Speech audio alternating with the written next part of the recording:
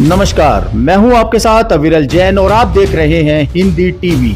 शुरू करते हैं हिमाचल प्रदेश की कुछ खास खबरों का बुलेटिन। हिमाचल प्रदेश में मकान मालिकों यानी कि मकान के रिहायशी को एटिक बनाने पर पैसे वसूलेगा टीसीपी विभाग, सरकार को भेजा प्रस्ताव। हिमाचल प्रदेश में भवनों की एटिक को रिहायशी बनाने जाने पर town and country planning TCP fees वसूल करेगा। भवन मालिकों पर ज्यादा वित्तीय बोझ न पड़े, इसलिए राशि कम से कम रखी गई है। टाउन एंड कंट्री प्लानिंग विभाग से भी राय लेने जा रहा है। सरकार एटिक की ऊंचाई 2.70 से 3 मीटर करने के नियम और अन्य औपचारिकताएं पूरी करने में इसकी अधिसूचना जारी की जाएगी।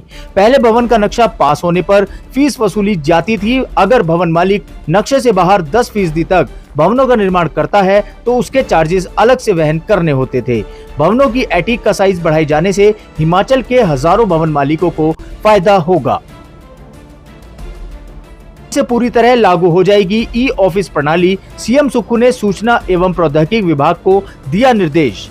हिमाचल प्रदेश के सभी सरकारी कार्यालयों में 1 जुलाई से पूरी तरह ई ऑफिस प्रणाली लागू हो जाएगी। राज्य सरकार ने सरकारी कामकाज में पारदर्शिता और दक्षता व पेपरलेस प्रक्रिया के लिए यह निर्णय लिया है।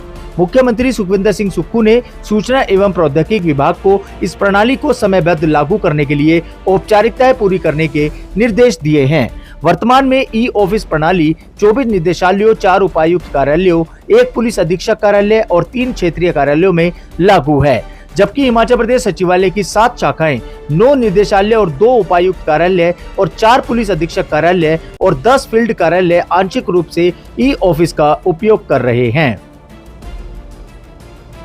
प्रदेश में पिकनिक के नाम पर नहीं चलेगी स्कूलों की मनमानी, टूर को अनिवार्य नहीं बनाया जाए। हिमाचल में प्राइवेट स्कूलों की ओर से पिकनिक व टूर के नाम पर बच्चों से वसूले जा रहे मनमानी शुल्क पर सरकार ने रोक लगा दी है। स्कूल बिना अनुमति विद्यार्थियों को पिकनिक या शैक्षणिक भ्रमण पर नहीं ले जा सकते।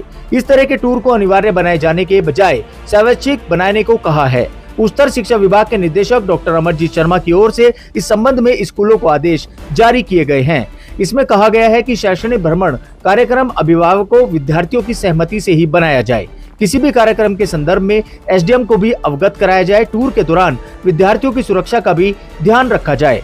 डॉक्टर अमरजीत शर्मा ने सभी उप निदेशकों से कहा है कि वे नियमों का सख्ती से पालन करवाना सुनिश्चित करें। अगर स्कूल नियमों का पालन नहीं करते हैं तो उनके खिलाफ कार्रवाई भी की जाएगी। हिमाचल में 4 दिन बारिश बर्फबारी के आसार, अंधड़ चलने का भी अलर्ट। हिमाचल प्रदेश में 4 दिन मौसम खराब रहने के आसार हैं। 26 अप्रैल की रात से ताजा पश्चिमी विक्षोभ की सक्रियता से मौसम में यह बदलाव आने की संभावना है। मौसम विभाग केंद्र शिमला के अनुसार 26 से 29 अप्रैल तक प्रदेश के मैदानी व उच्च पर्वतीय भागों में बारिश की संभावना है। इस दौरान चोटियों पर बर्फबारी भी हो सकती है। कुछ भागों में अंधड़ चढ़ने का येलो अलर्ट भी जारी किया गया है। वही रात राजधानी शिमला व आसपास के भागों में हल्की धूप खिलने के साथ बादल छाए हुए हैं। जनजातीय दूरदराज क्षेत्रों में शिक्षक भर्ती के लिए नई नीति बनाने की तैयारी, बैठक में हुआ मंथन। हिमाचल प्रदेश के जनजातीय व दूरदराज क्षेत्रों में शिक्षकों के खाली पदों को भरने के लिए नई नीति बनाने की तैयारी है। इसके लिए व्यापक गाइडलाइन तय की गई है। इसके लिए कार्मिक व विधि विभाग की राय भी ली जाएगी। इन अस्थायी शिक्षकों को नियमित भर्तियों के लिए तय R&P नियमों के अनुसार रखा जाएगा। जो प्रक्रिया नियमित भर्ती के लिए अपनाई जाती है वही इन भर्तियों के लिए अपनाई जाएगी। मेरिट के आधार पर चयन होगा। वेतन पर अभी फैसला नहीं हुआ है। वहीं प्रदेश में रोजगार के अवसर तलाशने को गठित कमेटी अब समेत कमेटी के साथ उद्योग मंत्री हर्षवर्धन चौहान की अध्यक्षता में मंगलवार को सचिवालय में हुई बैठक में इस पर मंथन हुआ। कांग्रेस के बाद अब भाजपा ने दिया कांगड़ा को झटका। कांग्रेस के बाद भाजपा ने भी कांगड़ा को झटका दे दिया है। मजबूत दावे के बावजूद कांगड़ा को भाजपा ने प्रदेश अध्यक्ष पद नहीं दिया। विधानसभा चुनाव के परिणाम के बाद संभावना जताई जा रही थी कि नेता प्रतिपक्ष का पद कांगड़ा को देकर भाजपा गलती सुधार लेगी, लेकिन यह पद मंडी जिले को मिला। सुरेश कश्यप के इस्तीफे के बाद लग रहा था कि अब प्रदेश अध्यक्ष पद कांगड़ा को मिलेगा, लेकिन इस पद सोलन जिले को मिल गया है। वहीं विधानसभा चुनाव में कांग्रेस को जीत के सिंहासन पर बैठाने वाले कांगड़ा को कांग्रेस ने भी तवज्जो नहीं दी। कांग्रेस को चुनाव में 40 सीटें मिली हैं, उनमें अकेले कांगड़ा से 10 सीटें हैं। सुक्खू सरकार ने 7 मंत्री बनाए हैं, इनमें कांगड़ा को सिर्फ 1 पद मिला है। बंद होने से बच जाएंगे जयराम सरकार में खुले 186 उच्च वरिष्ठ माध्यमिक स्कूल।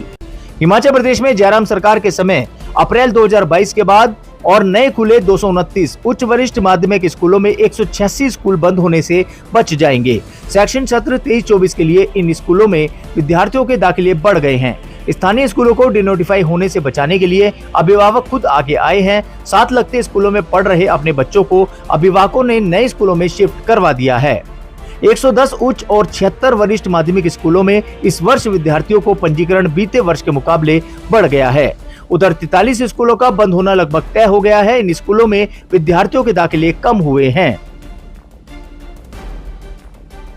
स्कूल परिसरों के समीप नहीं पनपने दिए जाएंगे नशीले पौधे, युवा पीढ़ी को कर रहा है जागरूक। नई पौध को नशे से बचाने के लिए हर क्षेत्र में विभिन्न संगठन और सरकारी तंत्र हर संभव प्रयास कर रहा है। वहीं स्कूलों में भी कई तरह के कार्यक्रमों का आयोजन कर इस सामाजिक बुराई से दूर रहने के लिए युवा पीढ़ी को जागरूक किया जा रहा है।